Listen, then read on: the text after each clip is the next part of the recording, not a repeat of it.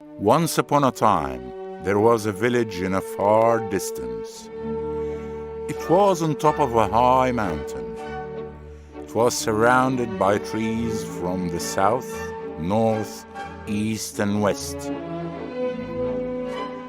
It had a waterfall which came down from the top of the mountain. Rainbow colors formed when the sunlight hit the water drops, resulting in a spectrum of light appearing in the sky. It took the form of a multicolored arc. The vividness of the rainbow spectrum mixed with the green colors which reflected out of the farms, giving joy and happiness. The sight of the extreme combination of the green colors and the multicolors of the rainbow showed the beauty of nature. The whole scene was wonderful.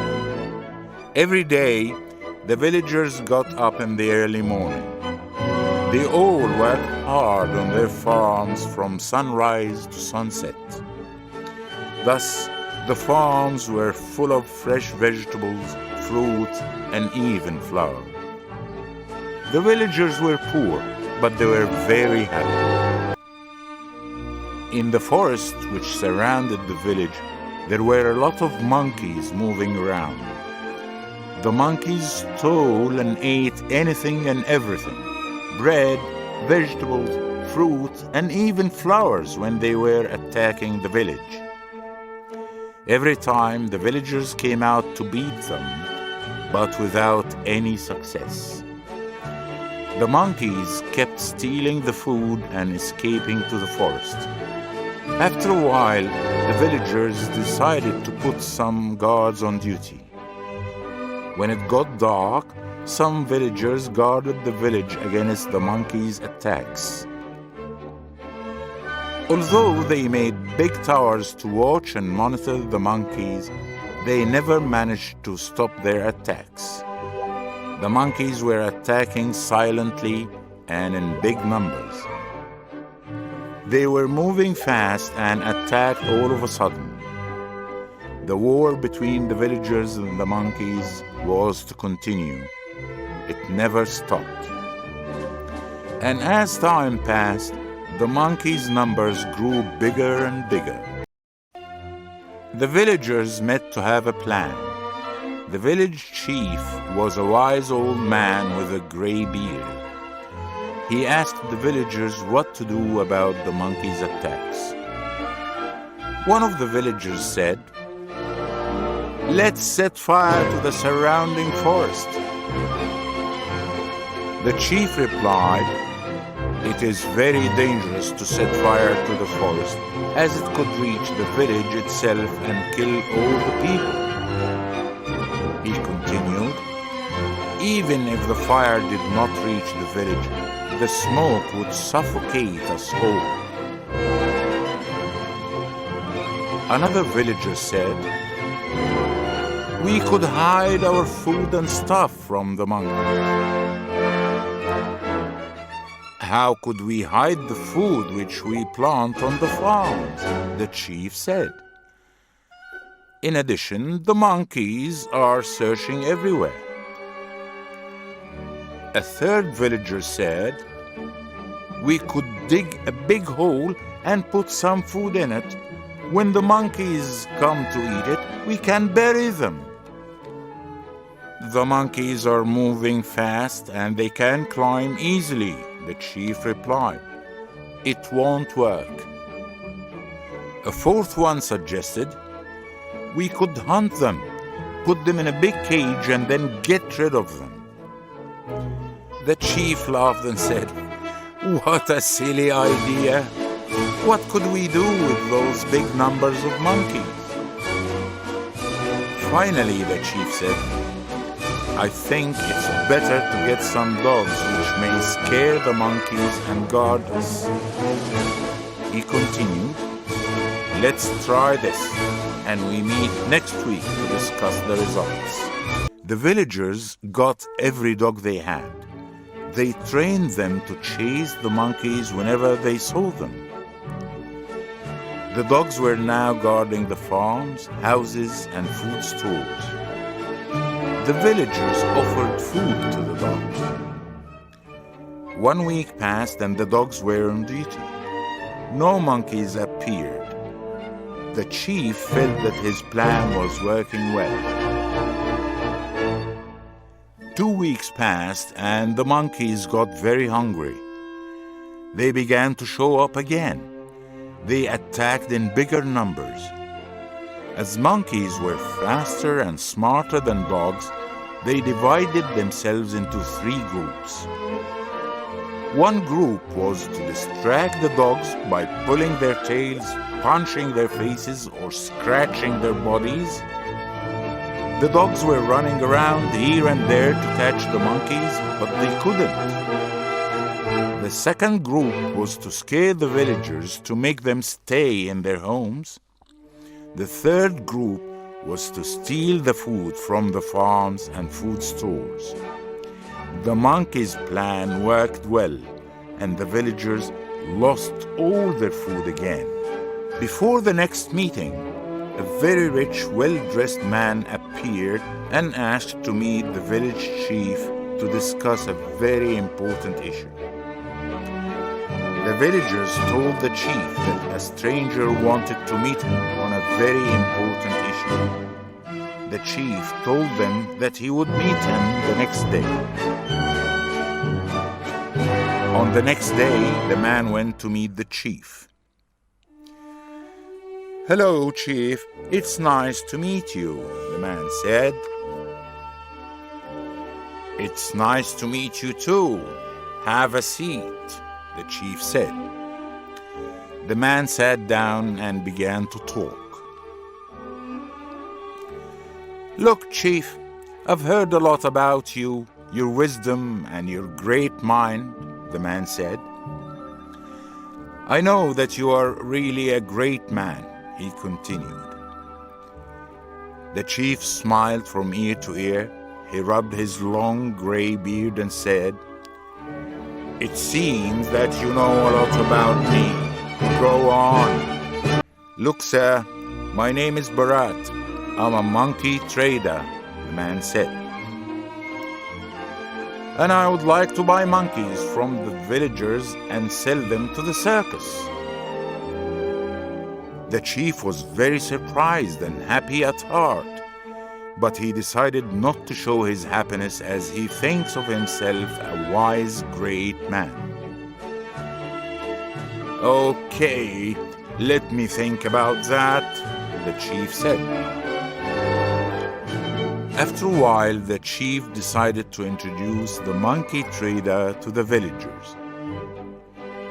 "Here is my friend Bharat," the chief said. "He would help us get rid of the monkeys and give us money too." "Whoa! Now, my friends, it's your turn to chase the monkeys," said the trader in a very high voice. "Hunt them and earn some money. I would buy monkeys from you for 10 dirhams each." One villager said, "How could we leave our farms and chase monkeys in the forest?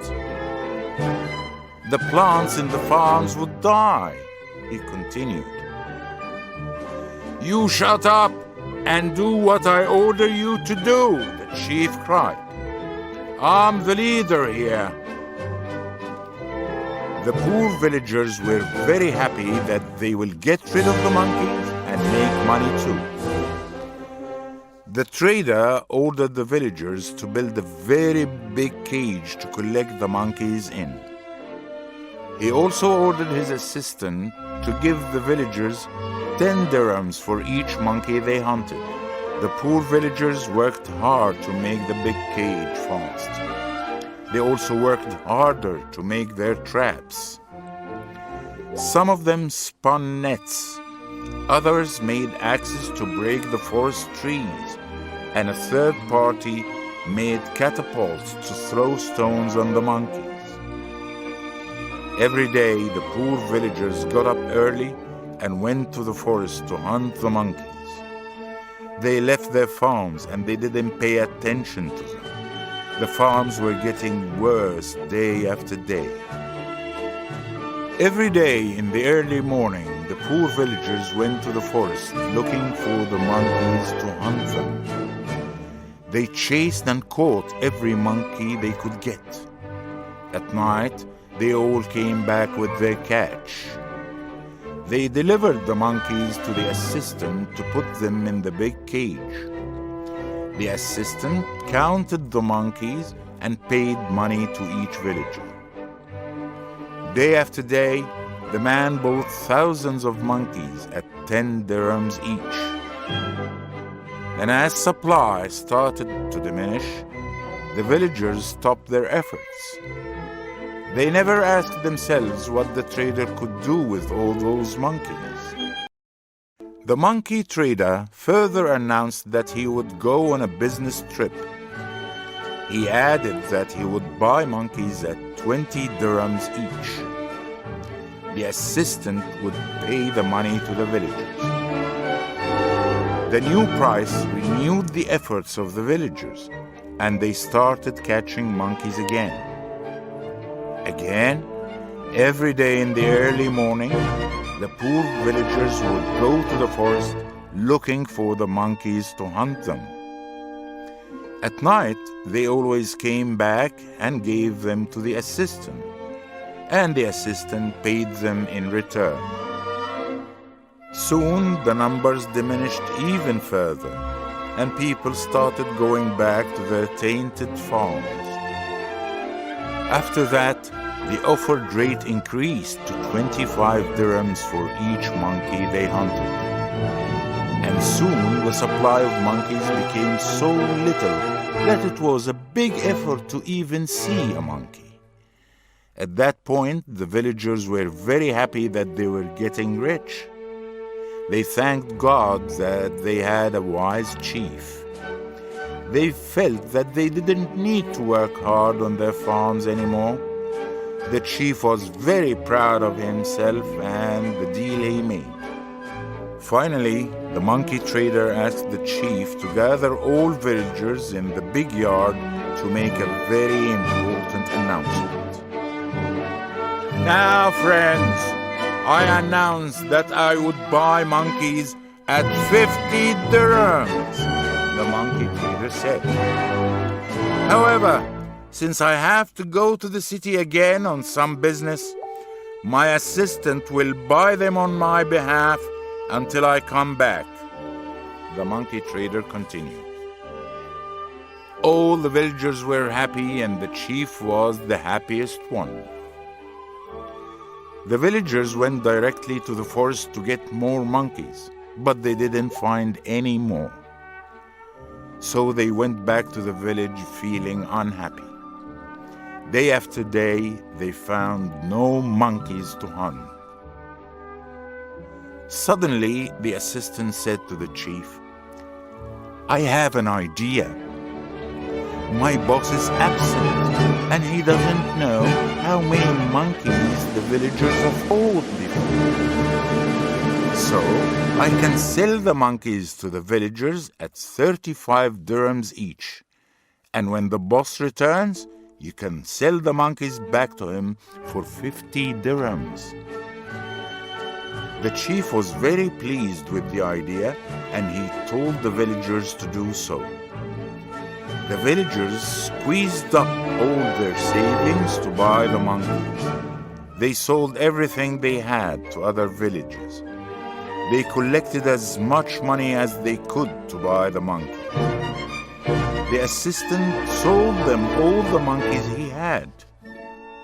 On the next day, they woke up in the early morning looking forward for the monkey trader's return, but he never came back.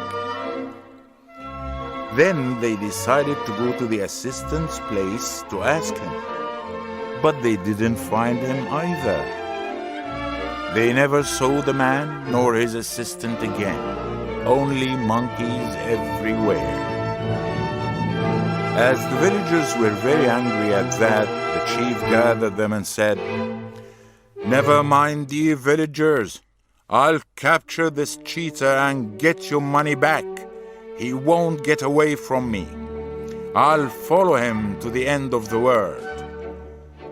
The chief knew very well that he couldn't catch the man. How and where can he find him? As their farms went dry, as their plants died, and as they lost all their savings, the villagers' conditions were getting worse and worse day after day. To solve the problem, the chief was forced to borrow money and food from other villages to feed the poor villagers. Unfortunately, they lost everything.